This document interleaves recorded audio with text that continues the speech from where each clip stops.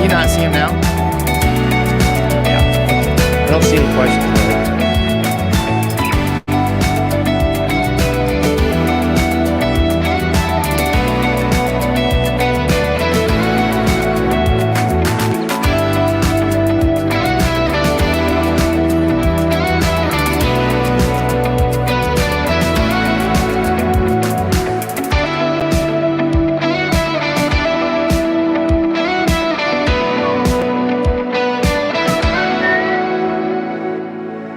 Awesome. Countdown's done. Let's get that out of the way. All right. We got people jumping on right now. Awesome. REALMigos is back. Ian will jump on in just a moment. I know everybody loves Ian. We got my main man, Mr. Kevin Magic Mullet. And Kevin, welcome back to the channel, man. It's been a while. It has been a while, Jeremy. So I'm finishing my last chicken nugget. I missed it. I'm gonna be honest. I didn't know what to do with myself. I felt like sad Kermit looking out the window. You know what I mean? I hear you. Kermit, the rainy window. That's what I felt like. Yeah, man. So welcome back. We have Jason Walter on the channel today. If you haven't seen Jason's channel, I highly recommend you go check it out. Give it a sub if it's what you're looking for to look at real estate content. I really love what he does on his channel. I stumbled across it a couple months ago, and just the way he lays out the analytics and gives you the information, I love it. Jason, welcome to the channel, man. Thank you very much for having me. I'm really excited for this, Jeremy. Yeah, so you put out a lot of really good content. You're in the Sacramento area. Give us a rundown of kind of what you do and what you've been talking about recently on YouTube. Yeah, so I started my channel about 1.5 years ago, but now I've been basically doing housing market updates, right? What we're seeing in the Sacramento area, which I don't really focus too much on my YouTube channel. It's more like what's going on in the California housing market, but then really on a national level, what's going on with the housing market, how's this pandemic affecting home prices, housing inventory, interest rates, and whatnot, as you can see on my channel here. Yeah, and you've recently ramped up a lot of the kind of what's going on. Oh, actually, let's click on your latest videos. You've kind of ramped up really what's going on in the housing market. I really do, like I said earlier, I really do enjoy how you take the time to pull up the analytics, talk about the data behind what you're seeing. So I really do love that. If you all are wondering where Ian is, I don't know. He said he's coming on. So the Benevolent Beret will be here. So let's jump in and talk a little bit about what's going on in the market. Obviously, we've taken a few weeks off from the channel, but over the last, we were on the beginning of June. I had my son made the all-star team for baseball. So we were constantly doing baseball every single day. Made it tough to do live streams. But since then, this market has gotten crazy. Jason, tell us what you're seeing in this market right now. And Mr. K-Mac, let's see. I want to hear from you too. Yeah. So, I mean, on a national level, home prices being broken for 3 months in a row, which is crazy. So in California and across the nation. So not like we see in a normal market where home prices broken in, March, April, and May. Yeah. And then Sacramento area, I think home prices are up like 19% so far this year. We're having a lot of people who are relocating to the Sacramento area, multiple offers, houses selling for about 5% over asking. So yeah, our market's not unlike probably your market in Austin, Texas, what I've read about, which is pretty nuts. Yeah, I mean, Kevin, I'll let you talk about the housing market here in Austin, but what are you seeing the last few months, man? Is it the same thing you're kind of seeing what he's talking about? Yeah, I mean, we've, I think there's a good seasonality is good. That's all I'm going to say about it. And I think I noticed this a little bit. There were a few more homes listed on the market, a little less rabid, I would say, not like this knockdown, drag out kind of stuff that we were seeing before, which is awesome. But still multiple offers and still losing and winning multiple offers depending on the situation, so even a normal $400,000 house, you're going to have to come 10% over ask on generally anything right now. So But I think personally, what I saw was the mass exodus of people from their own minds after a year of being inside of a house and then allowed to leave in the 4th of July weekend and Memorial Day. I think we saw a lot of people just saying, hey, I know some people that have been on vacation literally for the last 6 weeks. Like I've seen their Instagram. They've never come back. Yeah. You know? So I think a lot of people are still doing that. So I think we're going to see another rise. I don't know about you guys, but I saw a new rise in leads and activity last week. So I think it's on its way back up again. Yeah. Yeah. Ian, welcome to the channel. Say hi to Jason, man. Jason, hi. How are you, man? I am doing awesome. Nice to meet you, Ian. Nice to meet you. Glad you were able to come on the channel today. Everybody's excited. I'm excited. Awesome. I'm glad to be here. So I do apologize to everyone for being a little behind. We had one of our friends break their foot while we were mountain biking, and that set us back just a few minutes. Ian, I think your mic's not picking up. I think it's picking up off your camera.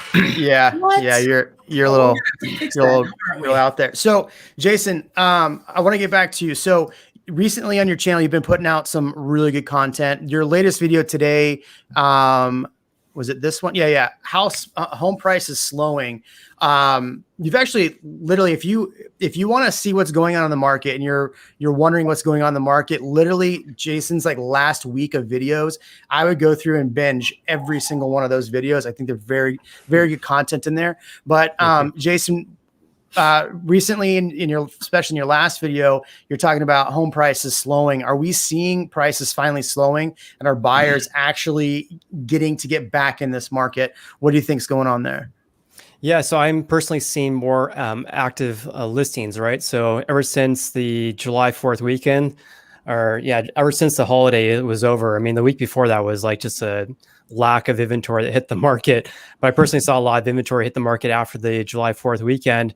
And so in that video, I posted about an article by Realtor.com that showed how home price growth was accelerating greatly earlier this year, but it's not accelerating at the same rate. It's actually slowing. And same goes for inventory. I think nationally, we're down like 50% earlier this year, right, in inventory. And now it's like 39%. So it's still not a buyer's market by any means, but we're still getting closer to some normalcy. And I think that what we're seeing right now is a typical seasonal slowing is what we're seeing right now. At least that's what the short-term data tells us right now. Yeah, and that's the one thing. It's really hard to tell. I mean, if we went back to March of last year, everyone would have said the market was going to crash by June. And then June came around. It's like, okay, people are buying. And then every time we get more short-term data, things change. And it's really hard to look out, into next year. But what a lot of people are saying right now is that this is an indication we're in a bubble. The bubble's about to pop. The crash is coming. What are your overall thoughts on this whole mentality that the market's about to crash based on what little data we have right now? Yeah, I think that people are really quick to pull one part of data and say, hey, home sales have been going down, therefore the housing market's going to be crashing. That, data can change on a monthly and weekly basis, right? And so I'm personally not seeing anything that suggests that we're going to be heading towards a housing market crash. If we had a giant uptick of housing inventory and interest rates were increasing greatly, then holy cow, let's hold on to let's weather the storms here to come. But I'm not seeing that, and we're not going to have interest rates increase greatly this year. The Fed has stated that they're not going to be increasing the federal funds rate anytime soon. And then housing inventory has not been increasing at great levels. A lot of people are talking about forbearances being like, the forbearances, people are like, what was it, like 4.7 million people were in forbearance in May of last year. And, look what happened. Now we only have less than 2 million people. There's all these options for people ending their forbearance. So long story short, I don't see anything that's telling me, hey, we're really in for like some sort of crash to come here. We're seeing some more normalcy. But what do you guys think? That's my opinion. Yeah, that's how I was going to kick it to these guys. Well, Kevin's doing Instagram over there. We'll get. How did you know? Using the floor. How did you know? I was going to show everybody that we're live. Oh man. I think at the start of the pandemic, obviously there was so much uncertainty, and then we saw a lot of aggressive purchases happening, lower inventory, all that sort of thing. We're still seeing issues with labor. I think that's a consideration, right? A factor for our low inventory. You know, there was one of the videos that you put in, and I know this is kind of like a sidebar. One of those videos that you put out, 40-year mortgage. I really like that idea. I mean, I don't like that idea, but I was really interested in that thought because they did that same thing in the car industry because you used to get car loans for, 3 years, 4 years, and then they started doing 5, 6 years, 6-year loans. I was like, who would ever buy it? But, if you need to be able to afford the payment, then you make it work. And with such low cost of borrowing money right now, it might not be the wrong idea for the right people. So I think that's a really interesting video that you put out there and something. Yeah, thank you. One thing I should mention about that, it's not for home purchases, right? So it's only for loan modifications, people in forbearance looking for options about how to pay back. So that's really helping those people out who entered in forbearance and then can't afford what their payment used to be when they were prior to forbearance. And so some of them are doing a loan modification, increasing the term to 40 years, which obviously decreases your payment and then keeps people in their houses and decreases foreclosures. What's happening to their interest rate when they do that? Good question. So I really actually don't know. And they either would increase the term and or decrease the rate, or one of the other. So I'm not sure. I just know that it decreases their monthly payment. But it's unless you guys know, to curb the the worry of the forbearance. Yeah, and then potential foreclosures that could arise from that. Really, right? Yeah. Yep. Every time you hear the word crash, that's what people are expecting. They're expecting foreclosures and all that sort of stuff, but you're not getting that. There are a lot of alternative solutions that are taking place right now that people didn't anticipate. We can get creative when we need to as a country. Yeah, exactly. Yeah, and then there's so many options if you have a federally backed mortgage, or so many options of paying back all your missed payments, right? You can, like most people, just add it to the back end of the loan, keep their mortgage payment the same, and that just decreases the time that you have your loan. Simple as that. And that's the biggest thing, I think, why a lot of people thought the market was going to crash at the end of last year is that forbearance was only 3 months, and then it got kicked longer and longer. And so now that we're at people remodifying to a 40-year loan, I mean, why not? And plus, obviously we've all made this point several times, because prices have increased so much. Even if you are in forbearance, like, okay, what's the worst that happens? You just put your house on the market and actually make money. I mean, you think about it. If you would have bought your house in 2020, the beginning of 2020, especially in Circle C, my neighborhood, 50% increase from Q1 2020 to Q1 2021. Really? Oh yeah. Yes. So let's say you didn't make it a payment at all. Let's say you made first 2 months payment, March came around, and now you've been on forbearance for an entire year. Put your house on the market, 50% increase. You're going to take those fees out, but you're still going to make $150,000, right? Yeah, which is insane. So for not making a payment all year, you could still make money on selling your home. Yeah, if you invested the difference of your payment and then bought Dogecoin or something like that, then hey, you're a millionaire. And that's and that's exactly what Kevin did. Kevin, how much are you out on Dogecoin right now? I've lost a lot of money. I gained a lot of money, but I pulled out right before it started dipping. So I made some risky trades, which is why I now apparently live in a mobile home in Palm Beach or something like that. Oh yeah, yeah. Talk about people being on 6 weeks vacations. Dinosaur D, real quick shout out. Thank you so much for the $60. We're gonna get Kevin a better shirt. That way he's not showing off too much hair. And then Master Jedi, the dripping, the dot Bastrop King. Welcome back, man. Thank you all for jumping in and joining. You know what? So I have this question. It's kind of a weird question, I guess. But so some of the information that's been coming out is that obviously demand slowing, right? And so part of demand slowing is that we're having, obviously we just talked about kind of being a seasonality thing. But one thing we're seeing is that loan applications are down, right? Mm-hmm. So, and you've talked about this a lot, Jason. But part of loan applications being down is people are not going in and refining as much as there was. Refis are part of that application, right? So here's a question, and I know it took me a while to get here, but here's my question: with all the people that refied last year instead of selling, which they could have done, they refied last year. Do you think all those refis and the fact that less refis are coming up now means that less people will be selling their home over the next year, which is going to help keep this low inventory low? Because look, you have nowhere to go. You got a low rate. You refied into a lower rate. Now I'm just going to stay here forever.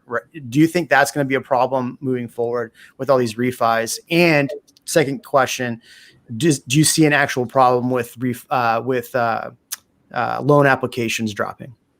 Yeah, is that a question for me, Jeremy? It's for the panel. I'd start with you. Guess always first. I don't want to step on anyone's toes. I don't know how it works here. Guess always first. I'm just an agent from California. Actually, I was in the process of making a video today, and I didn't have time, so I'll post it in a couple of days. But the MBA, or the Mortgage Bankers Association, that's where you get all the mortgage application numbers from. Mm-hmm. The last week actually went down. It was like the second week in a row. However, actually increased 8% last week. They actually just posted that today. So it just goes to show how you take like a short-term data, and then it can change the next week. So, and that was because of the interest rates decreasing and then increased purchase activity. So anyways, yeah, mortgage applications are up last week, different than the last couple of weeks. You asked about refis. So yeah, actually, for refis, I think there's obviously a lot of homeowners who refied. I, like myself, I refied like 2.675. So like I'll probably never see that rate in my entire lifetime, right? And so if I'm looking at my wife and I are going to be doing a remodel, and one of the things we're thinking about, maybe we should sell. Or maybe I should say one of the things I was thinking about is maybe we should sell and not go through a remodel. And so I'm looking at the market in Sacramento going, okay, what can I buy that's similar to what we have now, but remodeled? And of course, home prices are up a lot compared to a year ago. Interest rates are around 3% now. It's not a big difference, but still 0.25%. And so it doesn't give me a whole lot of motivation to go out and be a home buyer right now, knowing how competitive it is and how high home prices are. And so, yeah, regarding refis, it's my opinion that that we will it will definitely decrease, or has decreased, the amount of inventory out there, because people are looking at, hey, I'm locked in at 2.5% or whatever it is. If I buy, I got to increase my interest rate and my property taxes are going to go up, and so it gives people a little motivation. That, and since you have such a low rate, might as well just rent your house out and buy something else if you have the cash to do that. Yeah, you could do that too. What do you guys think? Yeah.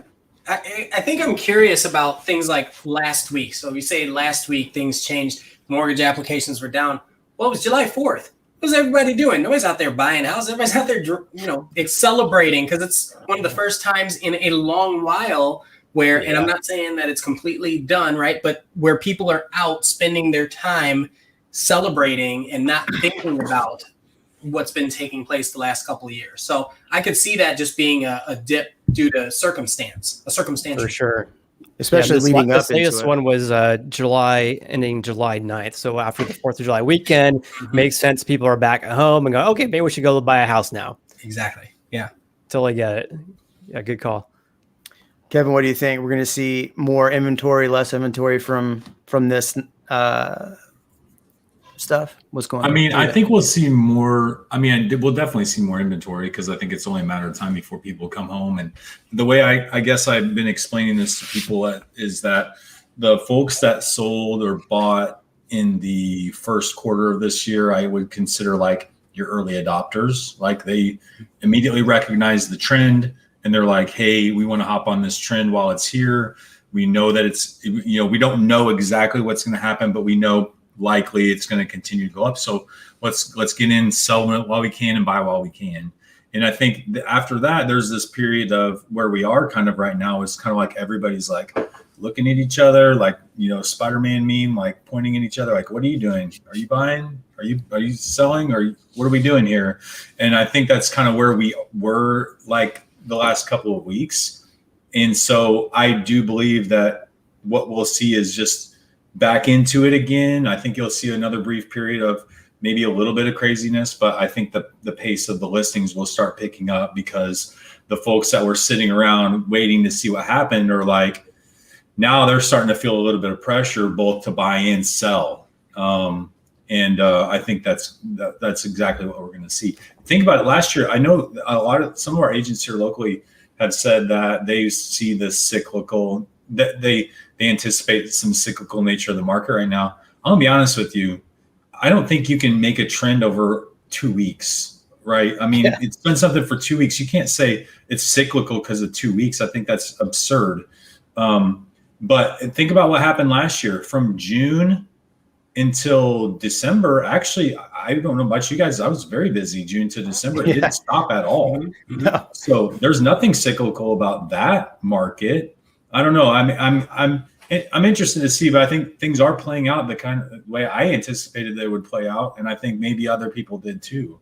So, yeah, I mean, here's the craziest part. So, if you go to YouTube right now, and I've made a couple of videos talking about this, and you just type in housing market, automatically it goes to housing market crash, right? And there's people out there that are going, here's all the data showing the market's going to crash. And I don't know about you guys, but every year in June, July, I hear, oh, this is the time it's going to crash. The market's slowing. It's over. Party's over. Gary Keller is out there telling everybody that the shift is upon us, and all the big talking heads are like, here we go. And then it's like, oh, wow. And so I love it for one reason, because all these agents start sitting on their hands, and I just keep working, and I don't stop.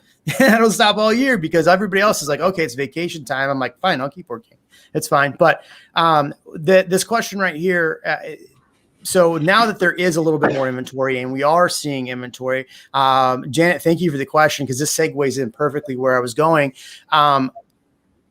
We've seen in this market, first-time home buyers really hurt, depending on the quality of the first-time home buyer, right? FHA, even VA first-time home buyers that aren't putting 20% down plus 150 grand on top of that, really have a hard time buying. So do you think, like right now, between now and in between like November is the best time if you're a first-time home buyer to jump back in this pond?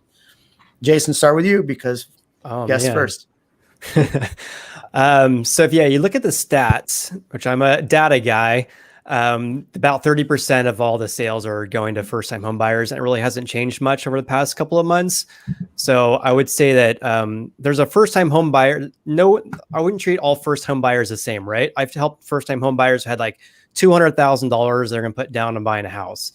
You compare that to a first-time home buyer that needs down payment assistance.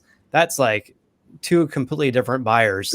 And so with the first-time home buyer that has ample savings for paying over the appraised value, ample down payment, they're not going to be really having a really hard time or as hard a time. But where you have the folks that really need a down payment assistance, those are the folks that are going to be really priced out of this market, going to have a super incredibly hard time trying to get an offer accepted.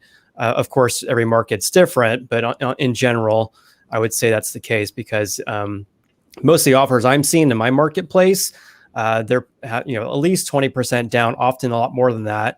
And then a lot of buyers right now too are waiving their all contingencies whatsoever, which in my I've been an agent for 9 years.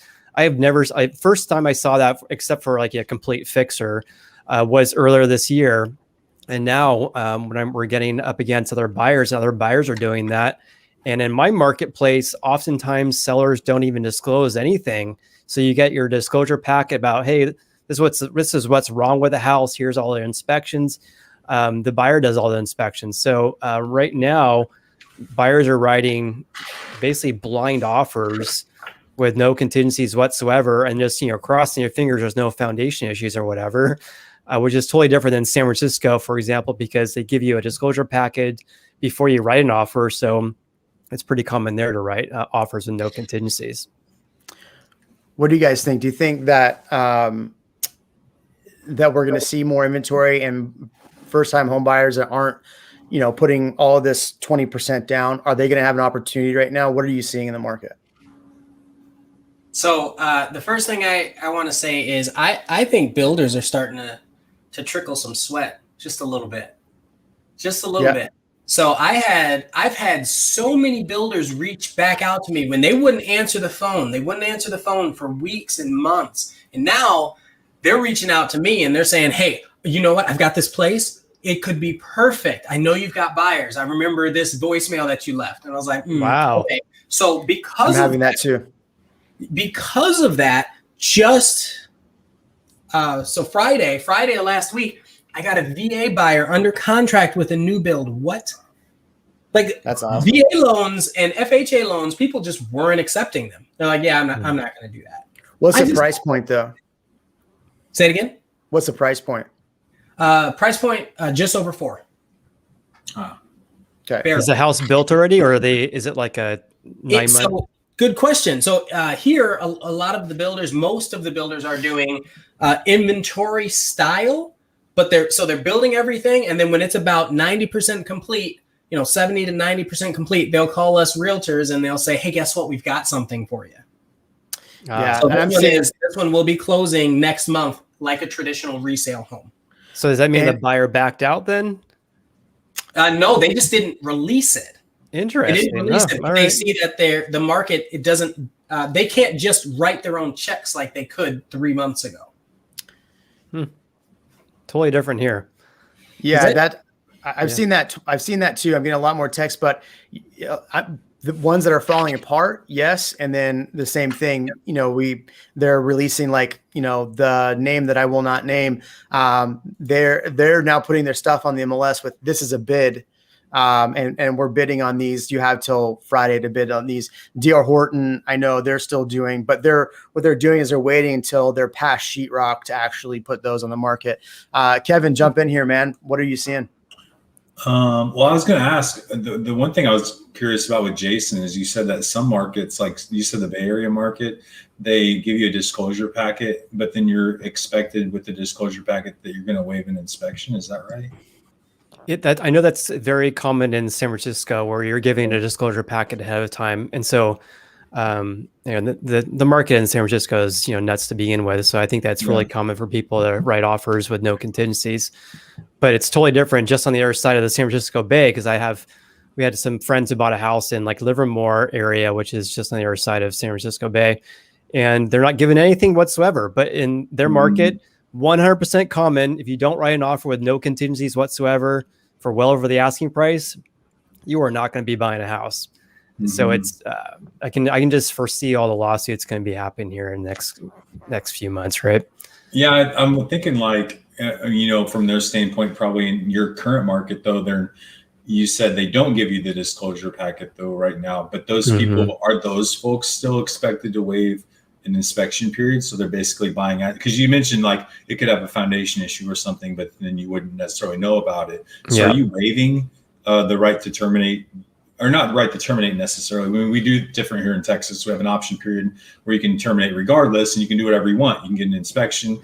You could throw a party. I don't know if you can throw a party or not. Don't quote me. But obviously you have a chance to see if the foundation's falling apart and still back out of that deal potentially. Oh, okay. So no, and I'm personally not. I don't have clients that I'm working with that we write offers and no contingencies whatsoever. But I know we have been beaten out by like $1 million houses where people are waiving all their contingencies whatsoever. So what that means is that at least in my market, we have like 3 contingencies, right? The inspection, the appraisal, and the loan contingencies. And so the inspection is basically you could back out for virtually any reason. But if you waive that ahead of time, place your 1 to 2% deposit at the title company, then you can't back out and get your deposit back. There's no what do you call it? A first look? Option period. Option period. Yeah, we don't have that here. So if you write an offer with no contingencies whatsoever and you submit your deposit to the title company, yeah, good luck. I was going to say, Jeremy, I think your question was about it's about first-time buyers buying in. I'll be honest with you. My recommendation is if you are a first-time buyer and you can afford it right now, literally right now, get in and make offers on the houses for the people that listed the week before 4th of July. Absolutely. They're going to be the most desperate to sell. And I think that they're already freaking out. I know, because I talked to another agent and she's like, why hasn't my house, her client's like, why doesn't my house have multiple offers right now? And she's asking, what do you think? I just showed a client, we're looking at single story under 850, and we drove around for 2 days straight. Every single property, we showed probably 8 homes a day. So 16 homes, only 3 homes had just hit the market like recently, but everything was like 15, 20 days. And I just put a client under contract. Kevin, it was one I was trying to get you on your property over there. And 1.1 was the list price. We got under contract well under $1 million, under $1 million. So, yes, but it was, 15 days on market. So that's, so if you're like, just like Kevin said, I mean, this actually leads us to my next kind of where I was going is giving up. Are we seeing buyers giving up? Should buyers be giving up right now? Because really in our market right now, it's kind of slowing. Is it time to jump in, or should they just give up? Go ahead. Let me say something, because before I forget about this, you're making me think though. I think the first thing that people are going to think when they hear you say that is like, oh my gosh, it's crashing, it's slowing down. But and maybe you know better than I do, but maybe 2 or 3 months ago, that house that was listed at 1.1 would have been listed for 900 or 950 and still selling for, and maybe even a little bit more, but probably around the same price that you got it under contract. So I think my opinion is that these houses that are still on the market, have gotten a little too greedy with hearing that their neighbor sold for X number of dollars. So I'm gonna go in at X number of dollars plus 10% because mine's better. And then they've missed the mark, and people are like, well, if I have to come in over that, then obviously I don't want to pay that money anyway. Plus like I said, people taking a mental break from life during this time. Yeah, 100%. The highest comp was below the list price of this home. Correct. So I think they listed that home in early June or end of May, they probably could have listed it for that. But even then, I told my client they should have listed it at $1,025,000, and they probably would have got $1,025,000, which is more than what we offered on it. Mm-hmm. They probably think everyone from California is coming there with briefcases full of cash, right? Well, I mean, right. No, and inventory is loosening up a little bit. So we are seeing more inventory. So once we do see that, we see people have more choices. They're not going to make, a snap decision to write $150,000 over list price. But Ian and I were just talking and had a client go $150,000 over list price like a week ago, right? Yeah. We can have. So we still see it, just not every property. I mean, but the thing is, you got to be. So you both touched on the head, or Kevin and Jeremy both touched on the pricing, right? These people, they have the mine is better complex, right? And my neighbors did this. So they're worried about what their neighbors did. And they're saying, well, I know I can get more because mine is better. Well, first off, you think yours is better. I'll give an example. I just had a listing that went, and when we looked, we had, compared to everybody else, we had twice the lot and solar panels. That is actually better. Just because you put a fan on your patio, it's not better, right? Mm-hmm. So it's stuff like that. So people just, they're going way out there with the numbers. And so going back to the VA buyers, we put an offer in on the house 3 weeks ago, almost 20 days ago. And the agent kept saying, no, we're not going to accept it. It is still on the market. We're already under contract. We could have been closing next week, but she had it in her head that she didn't want to deal with it. I have one in my neighborhood and I put this on my Instagram story. It's listed at $850 right now. It'd been on the market 12 days. So we put in an offer at $865. So $15,000 over, still over list price. And they told us, nope, we're not going to take it unless you write an offer for $950. Then list it for $950. Then why is it listed at $850, right? And they go, well, we had an offer the very first day for $950. And so since we had an offer for $950, I'm like, well, why didn't you take it? They didn't want us to do the open house. It's like comps, right? You can't write it based on what hasn't actually happened yet. An offer is just a writing on a sheet of paper. Right? I blame that So- one on the listing agent. to be Oh honest my with you. gosh. Yeah, I'd say that. So, let's shift gears and talk about new builds, because a lot of people on our channel want to hear about new builds. Jason, you've done a very good job of touching on what's going on with new builds and lumber prices. I think even your video today was wrong on lumber prices, because they came down even more today. Wow, I saw like 12%, I think, right? Yeah. It's nuts. Isn't that crazy? Like, 524, I think it is. every time I put a video and I put out a stat, the stat changes the next day. So Yeah, so I make a video and I post it the next day, and so then like my data is like wrong, especially if lumber prices are so volatile. So with lumber prices coming down, demand coming down, I just did a video on this that came out yesterday. In fact, you can find it on my channel. Is now a good time to jump on new builds, or what's your take? Jason, we'll start with you. What's your take on new construction and prices and commodity prices coming down? Yeah, so commodity prices going down. I'm actually going to have. Do you guys know uneducated economist Simon? Yeah, a good YouTube channel about lumber and construction stuff. I'm gonna hopefully have him on my channel here in about a month. Anyways, I did some research about, because I know commodity prices been going down on lumber a lot, right? Like $1,700 in May, and now they're like $500. And so it's not like you can go to your Home Depot tomorrow and then like everything's like half off. So there's like a lag period. I think it's based on the research, I think it was like 2 months, something like that, maybe 2 or 3 months from when you see commodity prices drop. Then will ultimately the end user, the home builder or the do-it-yourselfer will capitalize on the decrease of prices there, or capitalize on the decrease of prices. And so your question was, it's now a good time to buy a new build? Yeah. So in my marketplace, it's there's like a step process. So it's obviously super low inventory. And so if you want to buy a brand new house, then you basically first get on the waiting list. Then if you're in the waiting list and they reach out to the person and they go down the list and say, hey, we have a lot available. It's a dirt lot. It's not going to be built for like 6 to 12 months. And so they basically go down that list and decide, hey, do you want it? And they go down the list. So basically you're getting in contract on a dirt lot, and then you pick all the fit and finishes later. And so in my opinion, I think it's very risky because A, you're already paying a premium for buying a brand new house. And then 2, when are you going to lock in your interest rate, and what's your housing payment going to be? It's just, so in a market where your interest rates are decreasing, then awesome. Maybe you're going to be, your housing payments can be even less, 6 months from now when the house is built. But in today's marketplace, rates are around 3%. They're not going to go much lower. If at all, they're probably going to be increasing. And so I just worry about the people getting a contract on new builds, not being able to lock in their interest rate for months down the road.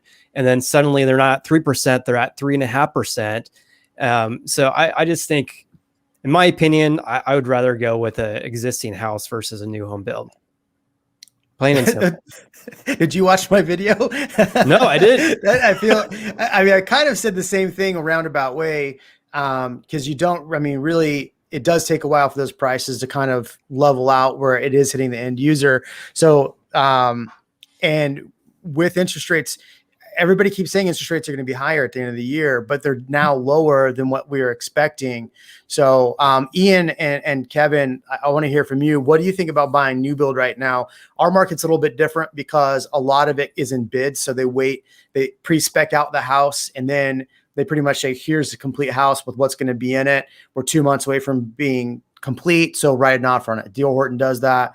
The one I'm not going to talk about does that. Taylor Morrison does a little bit differently, where you have to put a crazy offer on the lot, and then you bid yourself up on that own property. But what do you guys think about as far as pricing goes and buying new build now? Should you do that, or just jump back into the actual market, resale market?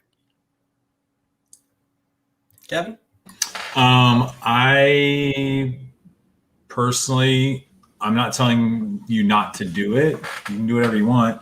I don't tell adults what to do, but I would not buy a new build right now. And I think the big thing for me is, like, selfishly, I refuse to pay, like Jason said, you're going to be financing a house that who knows when it's going to be done. You don't know what that situation is going to look like. I do think the better moves right now, more flexibility in pricing, is going to come from the resale market right now, and people that have been in their house for maybe a year or two and looking to upgrade already. But I personally will not buy a house brand new that I either want to pick the finishes if I'm going through the full process, or if it's already spec'd, I want a deal. And if I can't get one of those two things, I'm not going to buy or, encourage my clients to buy a new build. Interesting. That's my philosophy on it, though. But like I said, me too. Like I like a lot. I like the Austin market as well. I do like new builds. Don't get me wrong, but I am a huge proponent that I feel like investing in real estate, the closer you can be to the city center, the better off that you are. And there's not a lot of new build options closer to the city center. So for me, if you have a $400,000 budget, I would rather exhaust all of your $400,000 options within a 15-minute drive of downtown before, encouraging you to go look at new builds anyway. But it's just a different buyer type. Like not everybody fits every buyer profile. So that's just my 2 cents. What's your sense? That's where I was going to go, the buyer profile. So if you have people that are, we use the term dinks pretty freely, right? And they have, no kids, no pets, nothing, and they just want to live downtown and they have the resources to do so, that's great for them. But most of the people that I've helped are generally families, right? Larger families. And so for them to find a place in a lot of these price points, they end up having to go further away from the city, or they want land. There's something about Texas where once people are here for a little bit, they're like, we need land, right? You don't get that with new builds unless you're spending some serious dough on it. Yeah. It's crazy, right? Because I never once thought, I'm going to need some land. Now that's all I'm looking for. Yeah. I'm looking for 50 acres for killing hogs, man. That's all I want to do. Shoot some hogs, 50 acres, put a house on it. That's all I'm about. So I have a question for you guys. In your marketplace, is that commonplace, or is that just like this year where builders are building houses, putting up sheetrock, and then asking for bids? Is that super uncommon? Is that something new this year, or is that what's the norm in Austin? It's really just recent. So typically I'll let Ian jump in. I'll be quick. So typically what happened is a builder put out 2 options. They put out an inventory product, which you could just come in and negotiate and purchase. But typically on a inventory home, you would get a better price than what was listed. And then to be built, you'd have to be built. So they have both options. Now, depending on the builder, they've eliminated the to be built option, and now they're just pre-speccing out everything, and that's what you can buy. And every builder is different, but that's majority of what I'm seeing is this bid process. What about you, Ian? Yeah, I agree. The majority is that now. There was a subset of builders where they would build inventory only. I'll use an example. Meritage Homes was one of them, right? That's all they did in a lot of places around here. They would only ever do inventory, and when they're getting close to or down to the wire, close to finish, then they'd put them on the market. Or they would even put them on the market as they were getting started, but you wouldn't get to choose anything. So, but there were only specific builders that did that. So now it seems like it's almost everybody except our semi-custom and our custom home builders. Interesting. Yeah. And I'm not a fan of look, well, if you're going to buy a house in the resale market, you're buying a house that somebody else has put whatever into.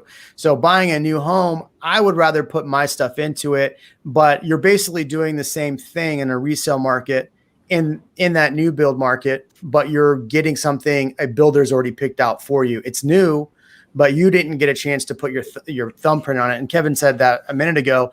I mean, I built my last house as a pain in the ass, but I would rather do that than just buy a new build that somebody else has picked everything out. Yeah. Yep. It's interesting because you have these, what do they call them? They call them upgrades. You get this list of upgrades and you're like, I don't want half of that stuff. Get that out of there. That's a waste. That's a waste. Wait a minute. So you're charging me $10 for trim, for every foot of trim around my door? What? It's ridiculous. Well, I think it just reminds me of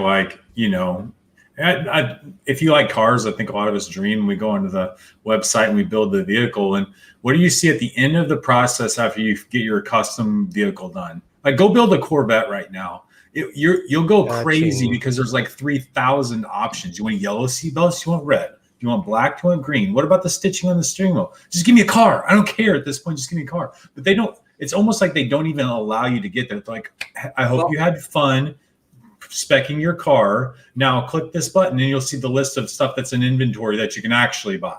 And over list price. And you have to bid on. But yeah, but you can't, and not one of those builds is what you built and looked for. They're still just speccing them out the way that they want and saying, hey, if you want to buy this car, here's this. If you want to get a custom car, then you're going to have to wait for 2 years, unfortunately. Right. You know what's so crazy about that exact comment is the car thing. So I've been contacted by Tesla and I just bought a camper. Both of them were like, I will give you more than you paid for it new. Yeah. Oh, wow. Oh. It's crazy. Well, and that's kind of what's happening with these houses, right? People that have been building for 9 months, they're coming in right now and they can get more money for their house. You see it every day where people are listing these houses that they didn't pay that in this neighborhood. Oh, no. Yeah. I've got a client that's probably going to turn it around and do that with theirs, But why wouldn't you at this point? Yeah. So I'm looking for a car, by the way. Yeah. Again, you just got a Tesla. Yeah. I know. Well, no, I'm saying they offered me more than I paid for it. I was like, oh, that's nice. That's awesome. Yeah, I don't want to be back in the car market. I went to Toyota the other day to service a Toyota that I drive once a month, and they offered me more than I paid for it back in 2017. It's like, holy smokes. And there was not one truck on the market. Yeah. At least you can get service. I've called to try to get service on my truck, and they're like, oh, sure, we're booked. We're 3 weeks out right now. I'm like, my truck is falling apart. That's the earliest I can get it is 3 weeks. Oh yeah, we're booked out this far. It's like every industry's like this right now. I even looked at that, so a lot of dealerships. I went to, and don't get me wrong, I wasn't going to buy it. I was just looking at it. Okay, don't crucify me. But I went to the Land Rover dealership because they had an awesome Defender parked out, and I was like, oh, how much is this? $100,000. I was like, oh, I'll get out of here. And like, well, you can't even buy this one. This is our model to look at, and then you can order and you can buy it in 6 months. But by the way, we only have 6 vehicles. They had 6 vehicles in the entire lot that were new inventory. 6. Yep. Wow. It was the same thing at Toyota. When I went to service my truck, I asked them, are you guys closed? And they're like, no, this is all the inventory we have in the lot. It was like one Tundra, one there was nothing. One, all right, so let's change gears here. There's a topic. Let's talk about cars. Just kidding. No, this isn't a car channel. So there's a topic that I've been wanting to talk about, and I've been waiting to bring it up on this channel. And I don't know, Jason, if you've done any videos on this, but a lot of people are talking about BlackRock and all these big companies buying up all the inventory, spending 50% over list price to buy homes. What is your take on this whole BlackRock, not Black Knight, but all these whatever companies that they think that are buying up all the inventory and increasing prices? What are your thoughts on that? Yeah, honestly, I have not done a whole lot of research on it. I will say that my only experience with like BlackRock and like those private equity firms is basically how I started my career as a real estate agent. So back in like 2013, we had all these private equity firms in Sacramento buying up houses and replacing like 15 to 20 blind all cash offers every day. And it was nuts, but we're not seeing that now. We are seeing invitation homes, which I think used to be part of BlackRock, if I'm not mistaken, buying houses in the greater Sacramento area. But as far as I know, they haven't been buying very much as of yet. We do have iBuyers like Opendoor and Zillow buying houses, but their market share is like super low. I think it's definitely less than 5%. I think it's more like 1%.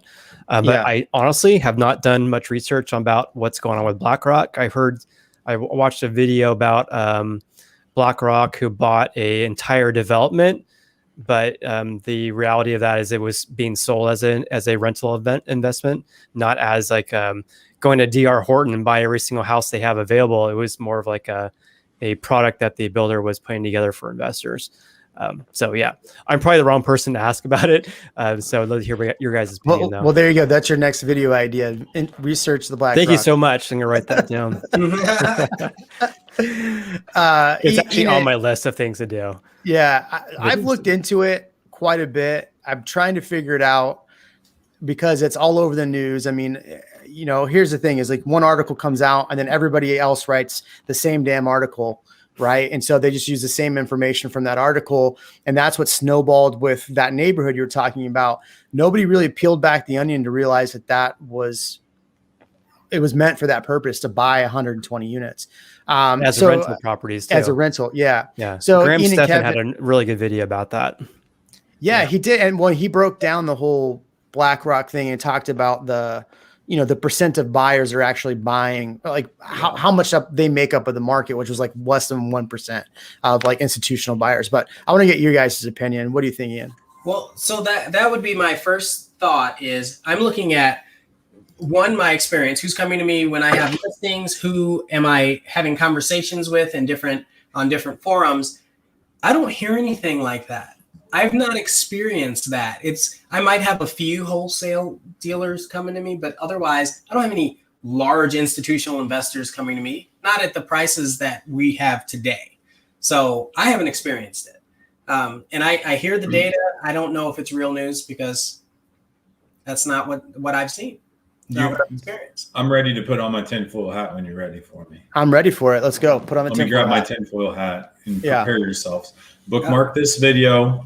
100 years from now, if YouTube is still around, 51 minutes in. We're letting Jason roll in 9 minutes. By the way, I told him 1 hour. So okay, I'll quick talk about it. So Blackstone, I can hang for a little while longer. Okay, but not much. Blackstone actually institutional investors purchased 15% of the U.S. homes for sale in the first quarter of this year. 15%. Where? Across America. Right. How many here?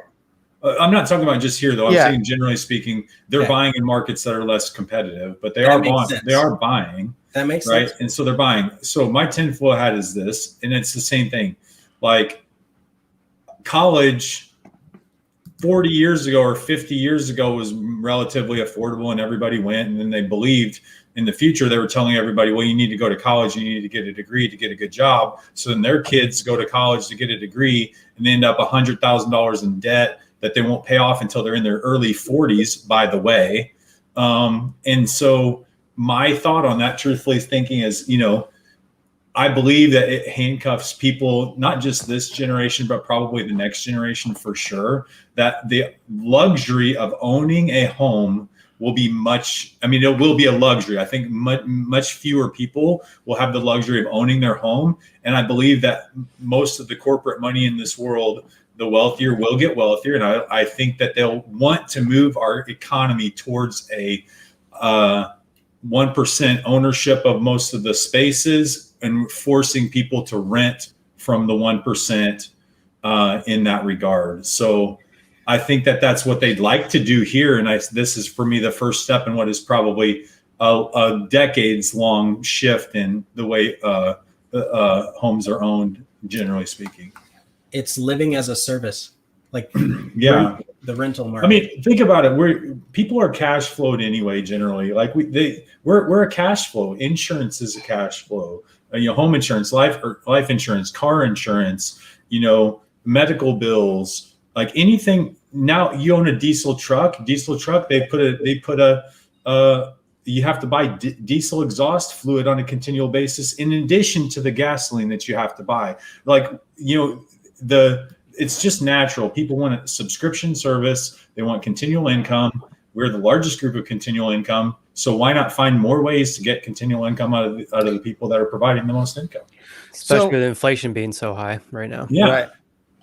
So I don't buy that BlackRock is buying up, or institutional money is buying up 15% or purchase 15%. I'd really love to see that data. I just don't buy it, because the amount of people that have come here that I've talked to that are buying, very seldom are they those institutional investors. And most investors that I do know are individual investors. So if you're looking at individual investors like Jason buying another home, you buying another home, me buying another home as an investment, those are investors, not institutional investors. And I think, if you looked at the video that Graham did, it was like 1% and the other like 18.5, 19% was like individual buyers like myself. So to say that investors, I think that's where things are getting conflated a little bit, is that the term investor is now moved into institutional investor. And it's one thing. I don't think it's one thing, but to say that 20% of the buyers are not investors, I have so many investors reach out to me. For sure, it might even be higher in Austin, 25%. It might be higher, but you've got to think about it. The other 75%, Jason said earlier, most of that's first-time home buyers. So I have a hard time. Now, I really want to dig into the data of what has closed. The problem is it takes 30 days for most data stuff to share.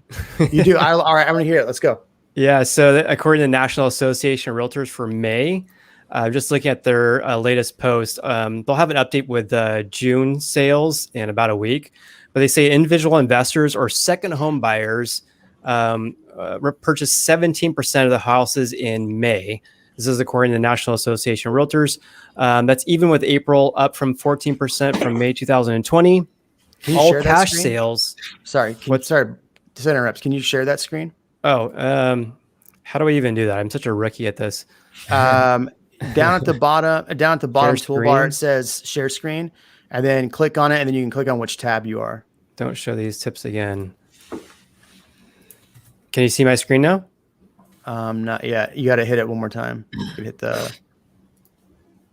Oh, sorry. Bear with us. I want to see this info, everybody.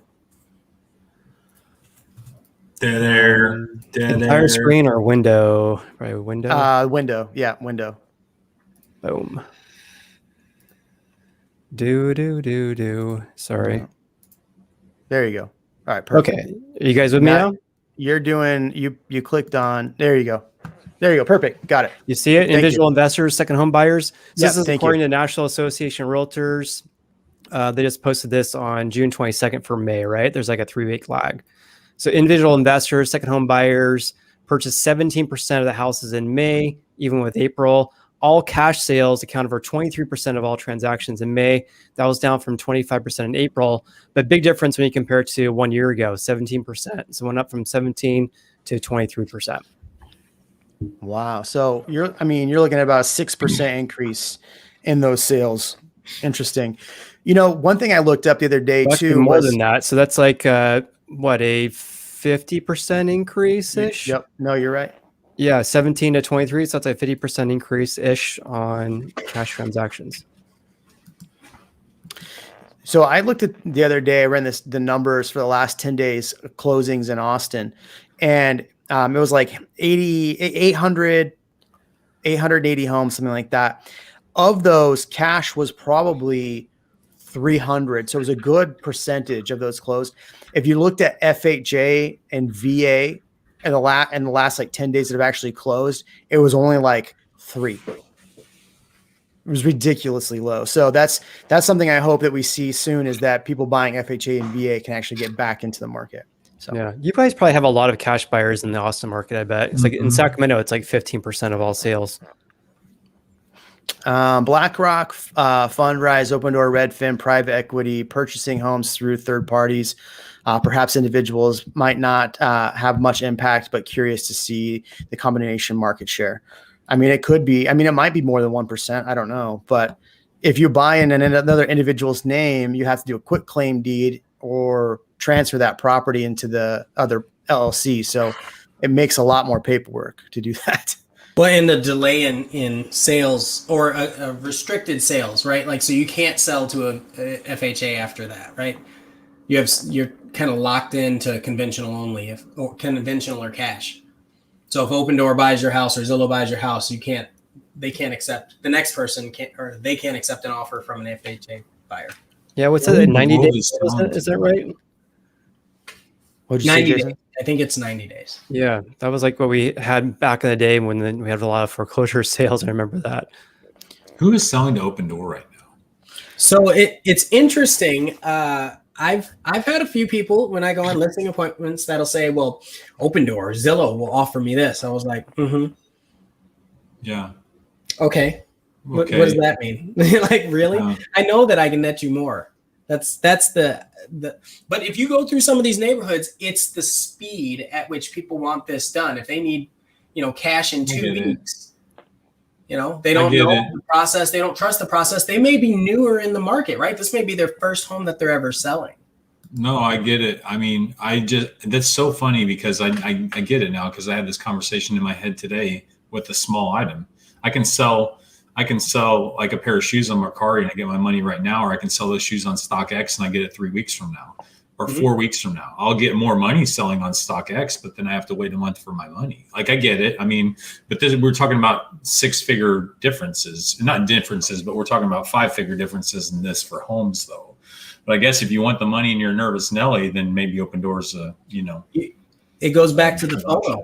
How fast do people need it so that they can reinvest it in something else? That's really what it boils down to. Yeah. I actually had a client. I had a listing appointment. He's actually a YouTube subscriber, and went to his house and we talked about listing his house and how much I think I can sell it for. I was up against another agent, and then he actually just texted me about a week ago and said, "Yeah, we actually closed an escrow, all cash offer that came in." And it was like way above what I thought he could sell his house for. And he actually sold it Opendoor. And I think he negotiated their transaction fees, which I think they started at 5%, if I'm not mistaken. I think he talked him down from that. But I'm guessing that the iBuyers are more focusing on areas that have high appreciation rates month over month, because this house was totally turnkey. There's nothing they need to do. Get the furniture out and then sell a house. So if they literally just buy the house, let it sit for a couple of months at the current rate of appreciation, they're good to go when they sell it because they made all their money on the front end. Yeah, obviously it does not work in every market. I'm sure that's the only example I can share regarding iBuyers. And I know has to be some people who are getting, who definitely would net more with listing with an agent. That's really good. That's a really good point. They have the cash reserves to be able to sit on this market for, another year if they needed to. And they know it's going to go up. So yeah, it's a really good long-term play for them. So that's actually a good question. So if a seller's sitting here right now, let's just say they're getting ready to sell. Should they wait another year to sell? Should they wait till the end of the year? Or if they're ready to sell a home now, is it a good idea just to sell that house right now? Like what are your thoughts are as far as the current market? Like let's say you have the option to sell your house now or to hold on to it for a year. What would you do, or what would you recommend a client to do in this market? I always ask my clients, do you have a better way to deploy the capital in that 12 months? So does it make sense for you to hold on to this house, or do you have another opportunity to so in asset purchase, which is why cars are in short demand right now and houses are in short demand right now, is because when interest rates are low and the cost of borrowing cash is so low, that makes sense to be purchasing your foreseeable future assets. So, I mean, I know the price of vehicles is higher right now, but lower interest rates can make a big difference in that. So if you're going to sell your house right now as a seller, if you have a better place to be parking that cash into something else, maybe move up to a new home or multiple investment properties, then yeah, sell right now. But I've had quite a few people that are sitting on a crap ton of equity on properties and they're not selling right now because they don't have a better place to put that cash at the moment. Yep. Where are they going to move to? Yep. Yeah.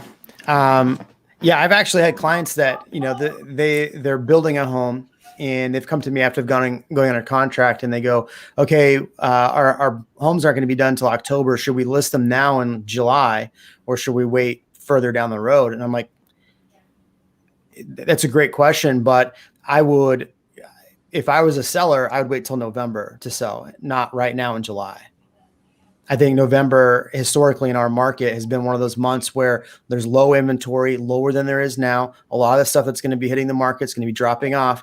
And if you're thinking about selling, there's going to be hopefully less inventory in November. That's my opinion, but I could be off. I mean, would you have less buyers too, though?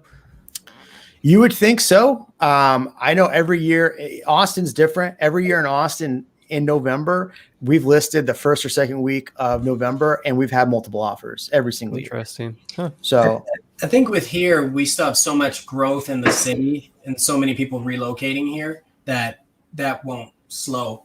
No, I've said that too. I don't think we'll have cyclical buyer nature. I think there's a lot of buyers that are sitting on the sidelines right now that didn't even participate lately. So I think that you're going to see a lot more people that are now confident in the market that were naturally going to buy and sell, that they're going to be like, okay, I guess I need to go ahead and do this now.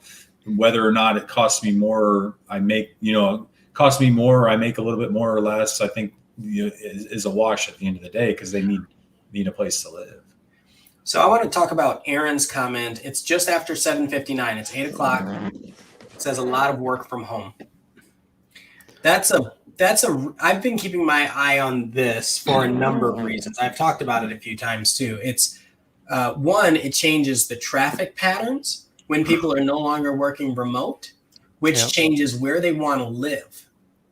And that is going to affect real estate substantially, I feel.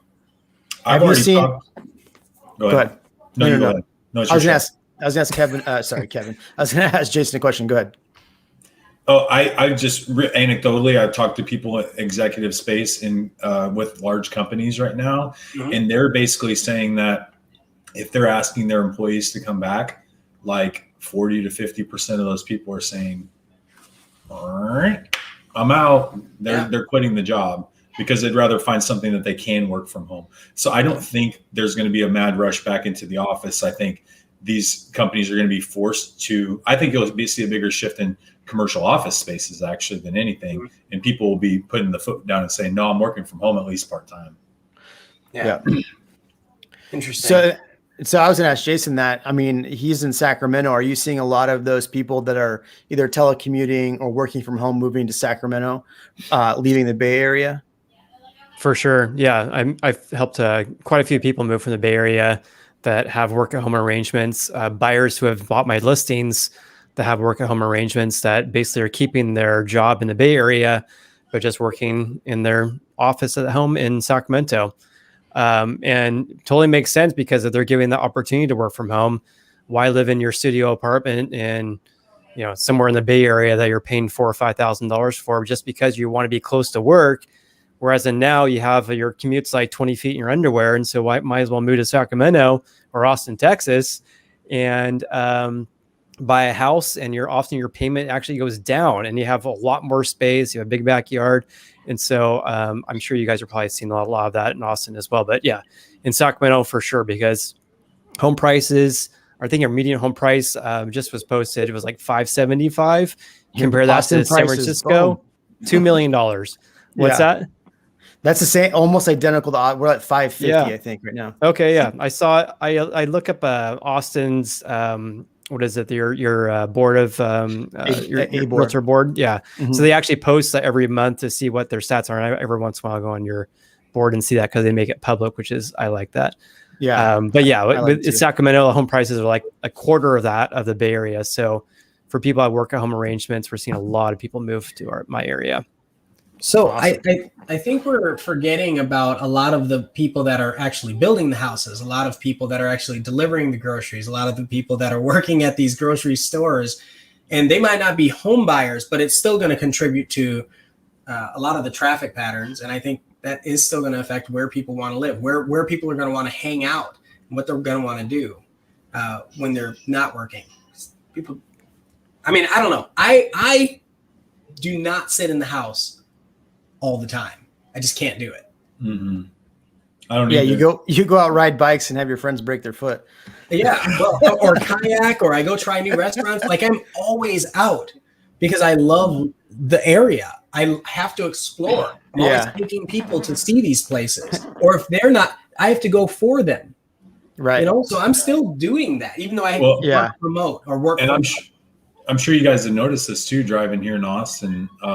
I still don't think traffic is bad here, to be honest, but I will say there's a lot more people on the road than there was previously. Yeah. I mean, and even at times during the day that I'm like, what are y'all doing? Don't you? And we're not even at work or something? 2 o'clock in the afternoon. It's like, what's going on? 2 o'clock coming out of downtown going south now? It's because this is still a college town. Well, Right? it's Yeah. more of a tech town. And we opened the Austin FC stadium. Thank God. Which is awesome, by the way. It is. It's incredible. But there's Yeah. just so many more reasons for people to get out and do things. Yeah. So Jason's got to go here in a minute. And I want to ask him one really good question before he goes. Again, if you haven't subscribed to his channel or followed him, I would definitely give Jason a follow. Definitely check out his channel. If it's up your alley, definitely highly recommend subscribing to him. But Jason. And your guys' channels too. Thank you. Appreciate it. So here's the deal. So we're hearing right now that the market's softening, all this stuff. You've done videos on this. What is your 6 to 8 month prediction of what the market's going to do between now and the beginning of next year? Are we in that time where we're seeing a flattening? Are we seeing that bubble come down? Are prices going to keep going up? What is your overall impression, like a 6 month overview of the market in general? And then we'll talk about, once you jump off, we'll talk about our market. Okay. Yeah. Then you guys will all make fun of my answers when I hop off, right? No way, man. No. Yeah. So it's really hard to predict what's going to happen, right? So I think that everyone will agree that interest rates are not going to be increasing greatly. It's anyone's guess to see if inventory is going to be increasing from not just from like foreclosure moratoriums ending, but just from, everyone, families looking to move and sell their houses. So anyone's guessing to see how much that actually is going to increase. But in my opinion, I talk about this all the time on my channel, is that, home prices cannot increase forever. Over the long run, you'll be fine, but indefinitely they're not going to be increasing forever. And so what I foresee happening is more of like an affordability issue. Jason will make fun. It's funny. So what I foresee happening is that we're going to have more and more of an affordability issue, right? So home prices going up. Interest rates are not going to be going down. So if interest rates increase, that's going to make affordability even worse. And so I just see more of like a cooling off at some point in time. Hard to say when that's going to happen, but I just think that as home prices are going up and inventory and interest rates are leveling off or potentially increasing here soon, I just think that more and more people are going to be basically going to be priced out of this market, and that could potentially cool off this housing market. I don't see any like massive correction happening, not even close. At least that's what the data is telling me now. Do you think builders are going to start giving toward, we've talked about, lumber prices and things shaking out. Do you think that builders are going to go back to giving more incentives in the next 6 to 8 months? Or do you think builders are going to stay kind of vigilant where they are with these auctions and things like that? I mean, you're not seeing it as much in your market, but yeah, my market, no. I mean, like there's like some builders in my market who are like, hey, we're not going to be paying agent commissions anymore. Like, oh, okay, well, geez, I guess I'm not going to bring a buyer there. So yeah, I don't know if you guys are seeing that in your market.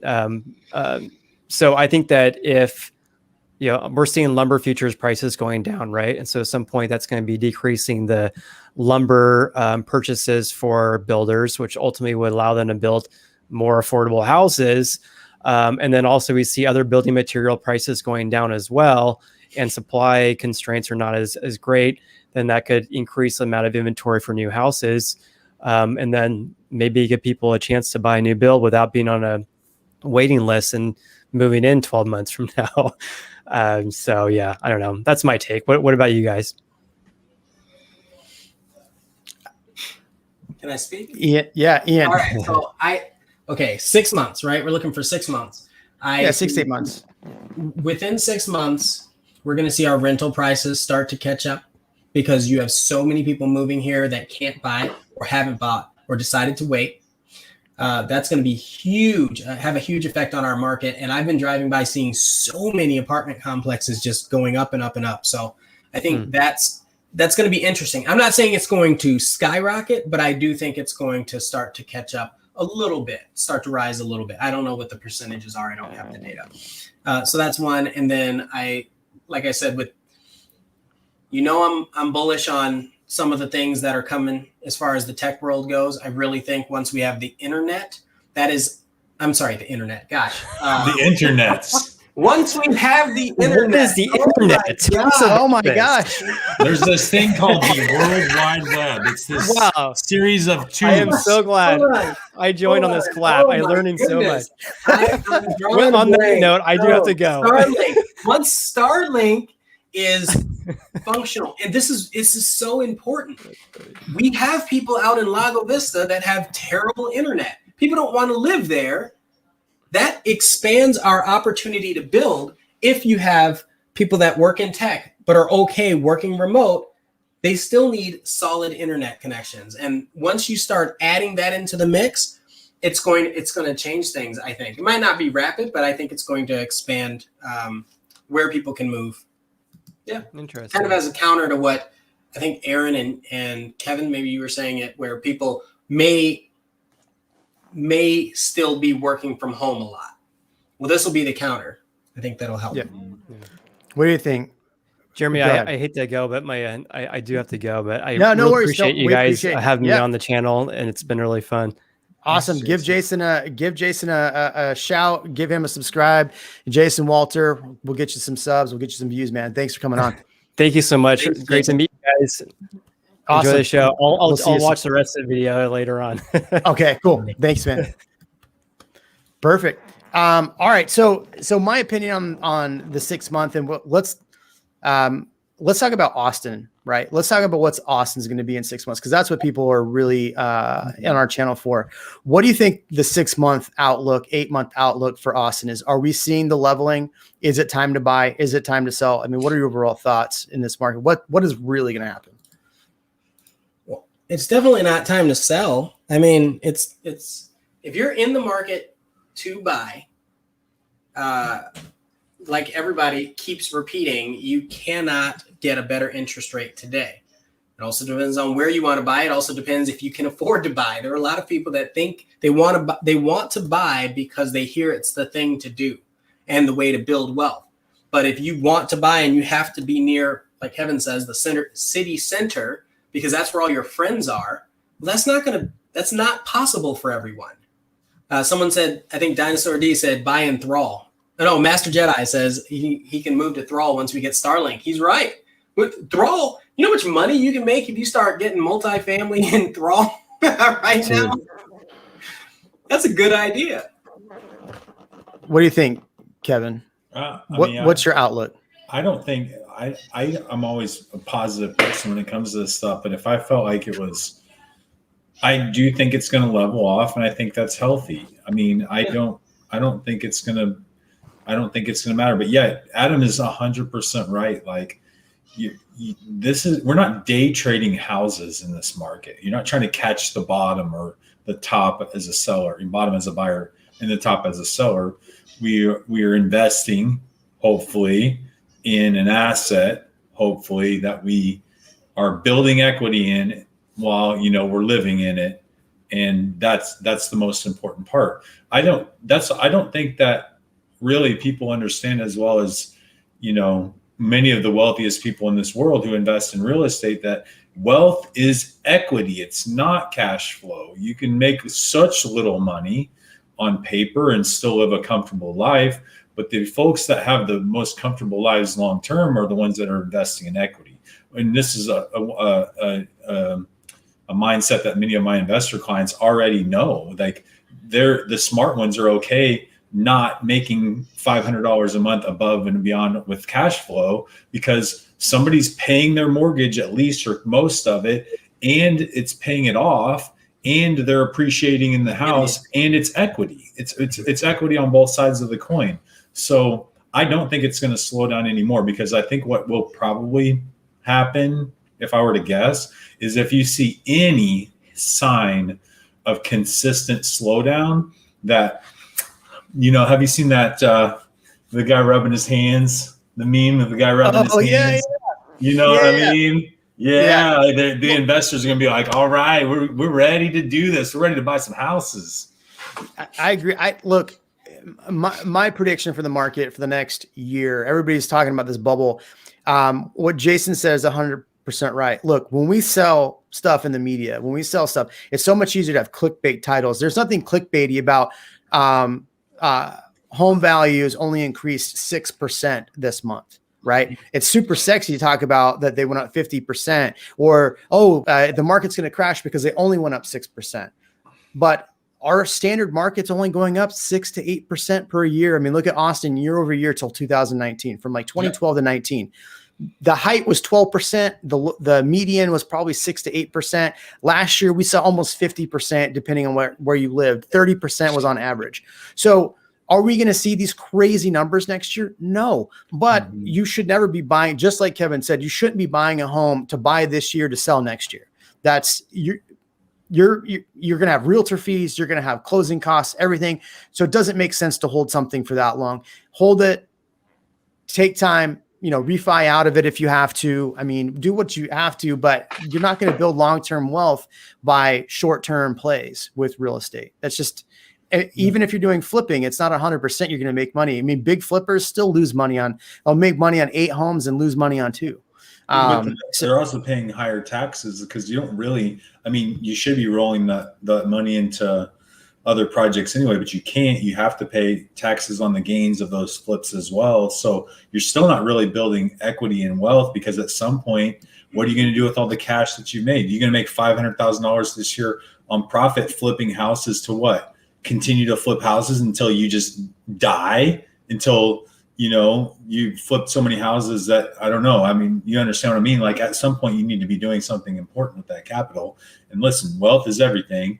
It's called a 1031 exchange in equity. I mean, just keep rolling that forward through the rest of your life. Yeah, Ian. I was going to say, I just met a guy who said he knows a way where you can get out of that and still not pay the gains. Yeah, but I think the alternative though is you end up in handcuffs in jail for not paying. No, legally, it's all legal. Like Evan. Oh, sure, sure. What are your thoughts on buying, holding land in Bertram, burn it? I mean, if you show me 100 acres I can buy in Bertram and burn it right now that I can hunt on, I'm in.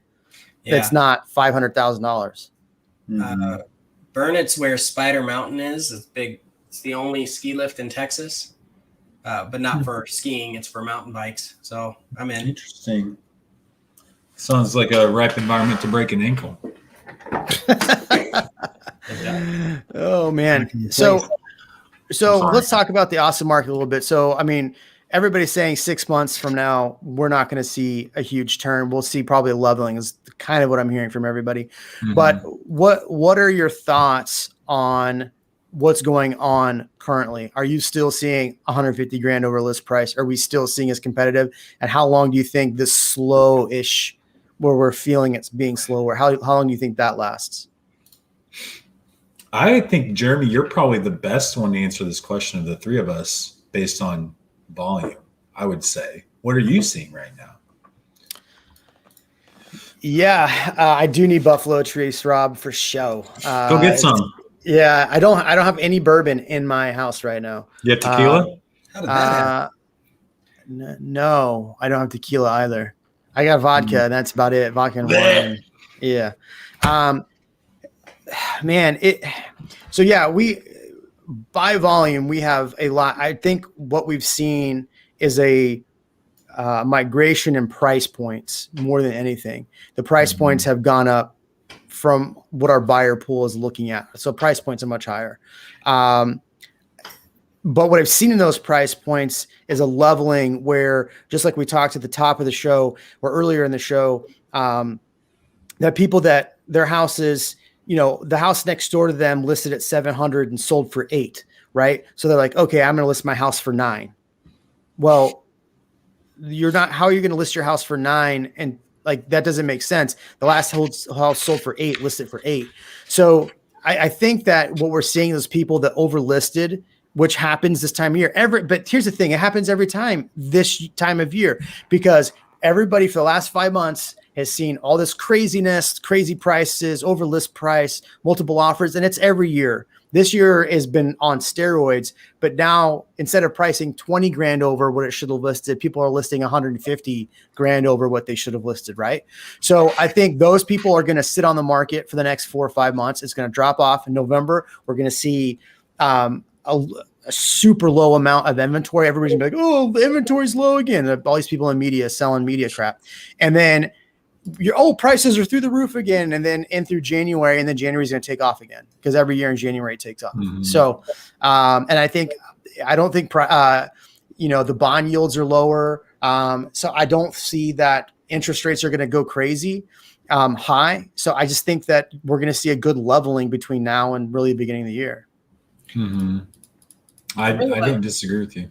I really like what Steven said about the days on the market. I want to change one word in that sentence. He said it just above that. Steven. And Steven, man, you've been putting out some good stuff on here. Thanks for all the comments. Excellent comments. Excellent. And so, so the 15 days on the market has switched from it's not a red flag. It is a yellow flag, I want to say, right? Because what's happening is regular houses seem to be sitting a little longer because these sellers are pricing them, like Jeremy said and Kevin said, at what they hope that they can get, not what they should be getting in some of these cases. Yeah, and if you look at the days on market, so the average days on market, I could pull up the A-board data. The average days on market for a lot of homes last year was around like 28 days was the average on market. So going back up 15 days really is just putting us back to where we would be last year or 2019 in a regular cycle, right? So the thing that we have to change, and it's going to take a while to get like really accurate granular data because we don't know if we're including builders in there, right? We don't know if ABOR is including condos in there or duplexes. They are. They are. Yeah. Yeah. So if you pull the data. I pull the actual data and I read through because they put like each area. Yep. And one thing I noticed, and I even put it in a video, was that the dollar volume is down. The sales volume. Okay, how do I put this? So the number of sales that these builders are selling is overall lower than last year. The overall volume of dollars is lower, but the price for these homes has increased so dramatically. It's almost kind of level with some of the prices that they were seeing. So they're selling less homes, but still almost making the same they were. So it's a little weird how the numbers come out on that. And then, if you're looking at median data versus like averages, right? So it's a huge difference when you look between median. Yeah. I think the luxury market is exploding because of the low inventory. Man, I saw your face. The luxury market's insane. So I had a listing that we listed at 165 at on my YouTube channel. I put that video I did. We're under contract, off market, never even hit the MLS. Good. Oh, because of the video. Well, that's awesome. Partly. Holy. Yeah. I mean, yeah. I think a lot of my folks sat out for a while. Like I have people that started looking in like April and March. And then they could never find the right opportunity, and they could never find out. And then that took a break. Well, guess what? What you could get then, what you could get then for your budget versus what you can get now for that same budget has changed. So I think it's going to take a while for some of these folks for reality to set in that the house that they thought they could get for $400,000 now is not $400,000 anymore. It's $500,000. Yeah, know? And how do you have buyers that have been on lists that are now almost priced out because the prices have gone up? Well, I mean, not necessarily lists for me. Like I said, I do more of the in-town Austin stuff than I do listed new builds down the road. But just the same thing. Like I have a client that's looking, we found some good opportunities. It was a small subset of a market anyway, right? But his budget was up to a certain number, and now anything that he wanted that was similar to that, like that's way above his budget now. So I think it's going to take time for people to set in and say, okay, I guess I know what my new budget is. And I want that. I want like 3 or 4 or 6 months worth of just like consistent pricing that you can look at what's available and make a reasonable determination on whether or not you want to go hard on a house or wait and see if something else comes up, in your budget. Just be nice to know. What's the Oh, it took an hour and 28 minutes for somebody to ask about Treviso.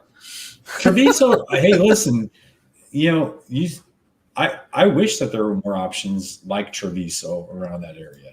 I mean, It's obvious why it's a nice place, right? The views, the houses, the area. not the tax rate. Not the tax rate. So ask about Whisper Valley prices in here. I saw something listed in Whisper Valley for 660 recently. So I was like, whoa, 660 for Whisper Valley. I still like Whisper Valley. I think it's still a great option. I purchased in December. Whisper Valley. I'm very happy with the development. I mean, I think it's a great development. Did you guys hear about, speaking of developments like this, where you have solar, did you hear that Elon's partnering and building homes in Easton Park with, what is it? What's the name of the builder? God, it'll come to me. But they're going to be building Tesla solar homes in Easton Park. God, I hate Easton Park. Yeah, I hate Easton Park too, bro. I'm sorry. God. Anybody that likes that area, I can understand. I liked it at first, and I just can't stand it. My friend owns 240 acres. They actually film Fear the Walking Dead out there next to Easton Park. You can see Easton Park from it. And he talks about a lot of the issues with Easton Park because he has, 240 acres next to it. It's interesting. Brookfield, that's what it was. Yeah. I was going to pull up the article, but yeah, Brookfield. I like Brookfield as a builder, believe it or not. So I'm curious to see what, believe it or not, because I talk so bad about some builders. Because they're Canadian. So, yeah. There are a few of them. Yeah. So there are no homes in Treviso, just to answer that question. 0. No. Right. As we knew there wouldn't be. That's important. So yeah, I think it's an interesting play. I really like it, especially being that there is Tesla, obviously Tesla, Boring Company, SpaceX, all of those are here. It's a good path down 71 or 290 to some of these other places where he's at. So yeah, I could see it. It's good. What happened to Master Jedi? Master Jedi, here's your time. I was going to talk about all the email. He's been sending me emails about all the fun stuff going on in Bastrop. I was going to actually talk about it. Come back, Master Jedi. Viva Lost Bastrop. Well, he's the one talking about moving to Thrall. Yeah. So maybe he's leaving now. He's going to sell his Bastrop home and make some more money. So there's some good stuff happening in Bastrop. Man, I talked about. Yeah, here you go. I talked about, a while ago to do video. I think I labeled most underrated cities in Bastrop and Lago Vista were on there. But I think there's going to be some big stuff. And, I can't. A company I'm talking with that I'm helping with, I've talked to them so much about why their employees should be buying in Bastrop, but I can't tell you who that is. All right. Master Jedi is the mayor of Bastrop. That's for sure. Robert, welcome back, man. What do y'all got? What else do you guys got? I think that's all I had for my list of topics today, but I want to hear from you. So the last thing I wanted to talk about I wanted to answer the question on Whisper Valley. I was so bullish on Whisper Valley back when prices were like 300,000. 660 is tough. Yeah. If you got in there last year, good for you. If you watched my video a year ago and you bought because of my video, congratulations. 660 in Whisper Valley is the equivalent to like 850 in the city limits of Austin. Mm-hmm. Yeah. The movie studio in Bastrop, that's going to be pretty interesting too. Yeah. There's a lot moving east and southeast that people aren't paying attention to. And so it's not moving everywhere. It's everywhere, but that's a really interesting one. My worry is when you look at the map, you look at 130, everything along the 130 corridor seems to be like manufacturing style jobs. And I say this whenever I'm having consultations with my clients, and that's very different than like a tech sector type job. So I pay attention to that too. So one area that I'm fully in on now, and Kevin brought it up, and I made a funny face, and then we talked about it a few videos ago. What was the name of that complex they have coming off East Palmer, Kevin? East Village. East Village. So that area, I think, is the next area to really blow up. Oh yeah, talk it up, baby. Talk it up. So I have a friend that has 125 acres out there, and we've been hog hunting quite a bit. So that's what I've been doing for the last 6 weeks is hog hunting a lot. No, I'm just kidding. But we go hog hunting out there, and driving out there, it is nuts to see what's going on there. What's already there. Samsung's adding more on their facility. The new Samsung facility is supposed to be going out there. The new one that they're haven't announced yet. You have East Village over there, which is going to be gigantic. I mean, holy crap. If I'm going to buy 125 acres, I should have bought that 125 acres in East Austin that he bought. And that, if you look recently, well, it's also along 130, like I was saying, right? Like exactly, 100%. Reason for that. If you look at all the commercial lots that have sold along Parmer, Harris Branch, Tech, that whole area, I'd say 75% of the frontage lots in that area have sold recently, commercial wise. And but keep talking it up, baby, because fingers crossed, we're gonna have some awesome product to offer out there in the near future. I like it. So working on a great project over there, just trying to nail down everything, but we love it. I mean, I didn't know because there was no real reason to go over there, but I've been going over there a lot, and it's like, well, you got Samsung. I mean, I love it over there, bro. It feels nice. It's flat. It's easy access to a ton of shopping and stuff that's going to be there. East Village is going to be an awesome place. Of course, we know that these, the only problem is there's a big waste management right here. That's so you don't notice it though. They're going to turn that into a park, though, aren't they? Isn't that what they do? I don't know that. Yeah, it's not that bad though right now anyway. But so I'm working with a client who does. He's a private pilot, and that's something that is highly overlooked. And you think about, where does Elon fly in and out of, or any of these people fly in and out of? Executive Airport. Right. Right here. Right by there. That's kind of a big deal. Yep. Mm-hmm.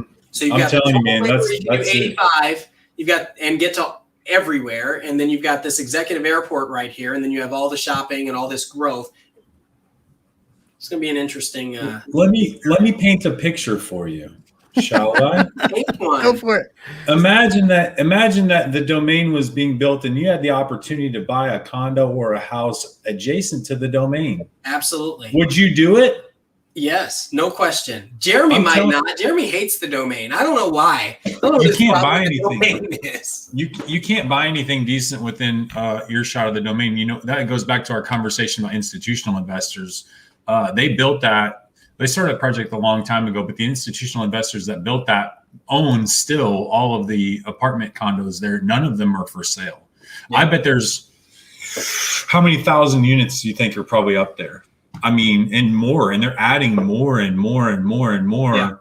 Yeah. The land adjacent to the soccer stadium right now, there's a building that's off market for sale over there. The building is, I don't know, maybe 3,000 square feet total land area.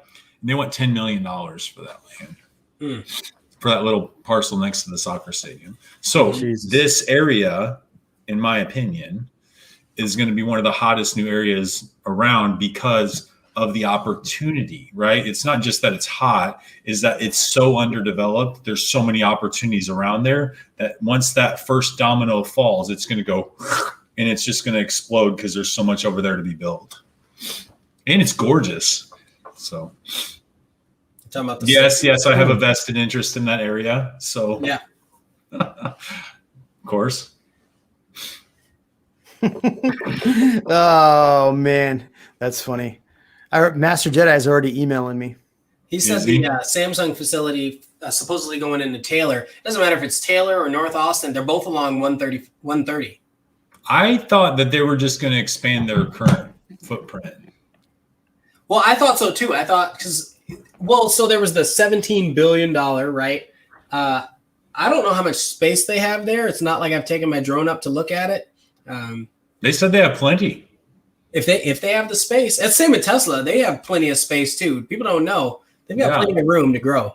The rumor was that it goes straight on that property onto that building. Mm-hmm. I like it. SpaceX is supposed to be going out there too.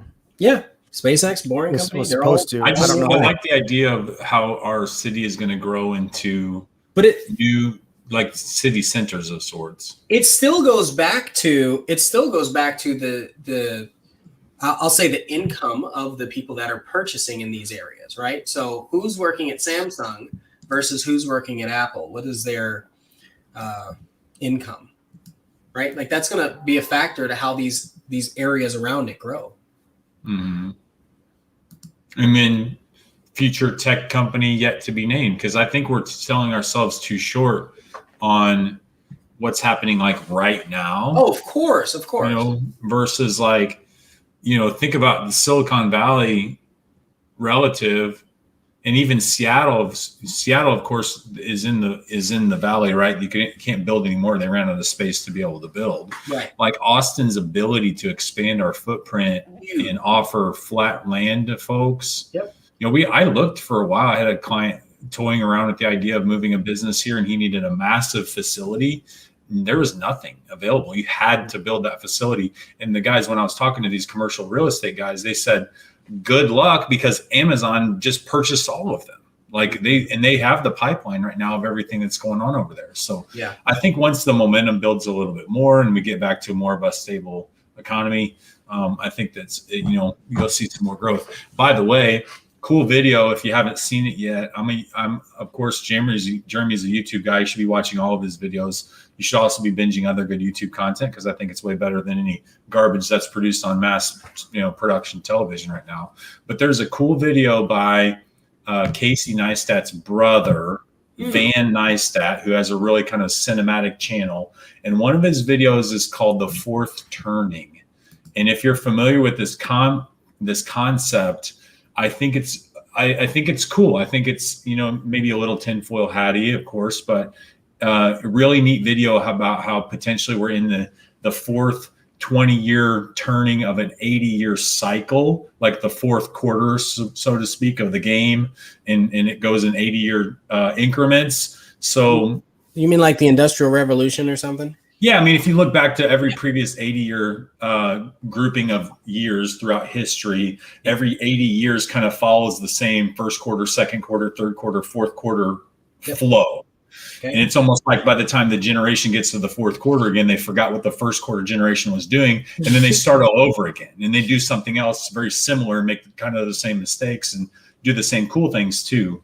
So I think I won't spoil the fun for you, but potentially what this means is that all this shit that we're going through right now is potentially going to have a nice rebirth coming around the corner here, which I think bodes very, very well for a place like Austin.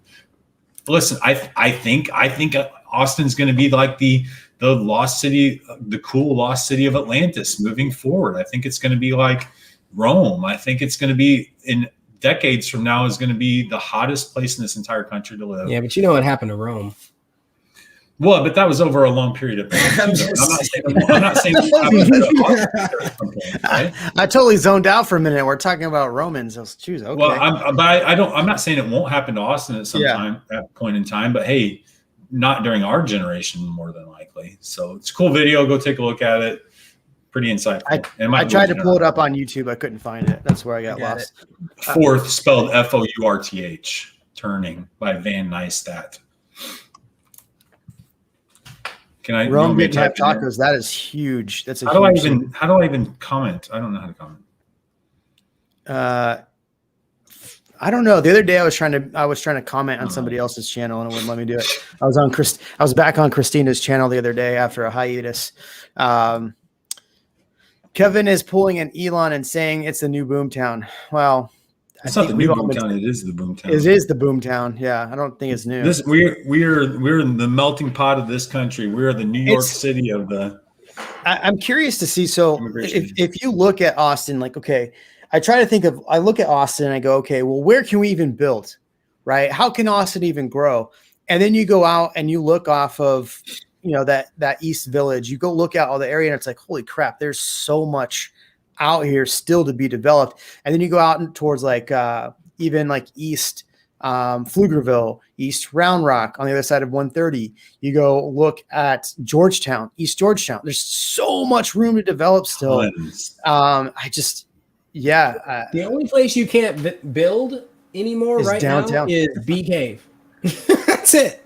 You can BK, go further out to like Dripping Springs and stuff, but as you even get Dripping west, Springs.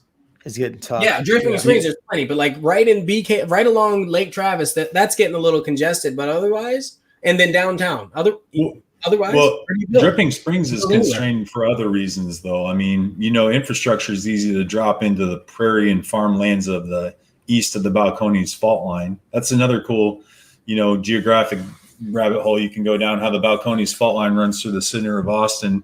Everything west is kind of hilly land, and everything east is lowland, flatland, prairie land, which is why it's so easy to develop Georgetown and in Round Rock and those east areas. That's where you're But then going but then you have a bunch of foundation issues because it shifts True. in soft soil. But they have easy access to utilities, though. True. Mhm. Yeah. So I don't know about this video, but Ian and I don't know about you, Kevin, but Ian and I are going to New York next week. Oh yeah, Bada boom. Oh, you are? yeah. Tuesday, we're ringing the bell for real. Oh, are you really? Bing. Yep. Yeah, man. Congratulations. Good job. Nice. Yeah. Well, we're Oh, we're not ringing the bell, but we're there. You'll be there. You don't know Yeah. that. I'm gonna make it happen. That's true. I'm gonna have to. I'm gonna have to talk to Tamir and see if I can get next to You him. might be able to.